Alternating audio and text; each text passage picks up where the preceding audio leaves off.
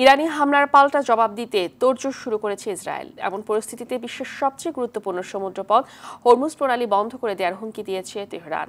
আর এই সমুদ্রপথ বন্ধ হলে চরম অর্থনৈতিক সংকটে পড়বে বিশ্বের অধিকাংশ দেশ। বিস্তারিত রাকিব হাসানের রিপোর্টে।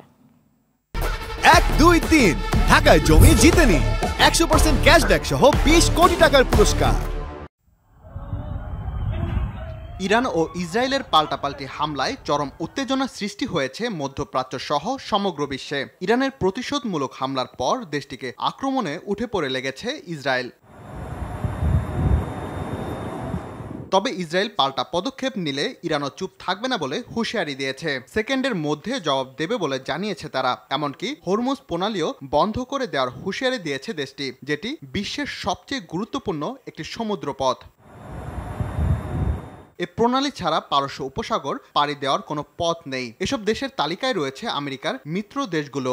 সেই সঙ্গে এই উপসাগর ঘিরেই রয়েছে সৌদি আরব, বাহরাইন, কাতার, সংযুক্ত আরব আমিরাত সহ মধ্যপ্রাচ্যের বেশ কয়েকটি দেশ।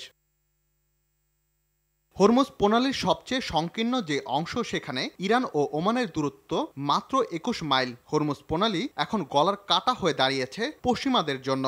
বলতে গেলে গুরুত্বপূর্ণ এই সমুদ্রপথ বন্ধের হুমকি দিয়ে গোটা বিশ্বকে চোখ রাঙাচ্ছে ইরান। মধ্যপ্রাচ্যে আমেরিকাকে ঠেকাতে দূরপাল্লার ক্ষেপণাস্ত্র সহ হাইপারসনিক ক্ষেপণাস্ত্র তৈরি করেছে ইরান। এমনকি মজুত রাখা হয়েছে বিপুল পরিমাণ জল মাইন, যেন কোনো সংঘাত হলে মুহূর্তেই বন্ধ করে দেয়া যায় গুরুত্বপূর্ণ এই সমুদ্রপথ। রাকিব হাসান, RTV।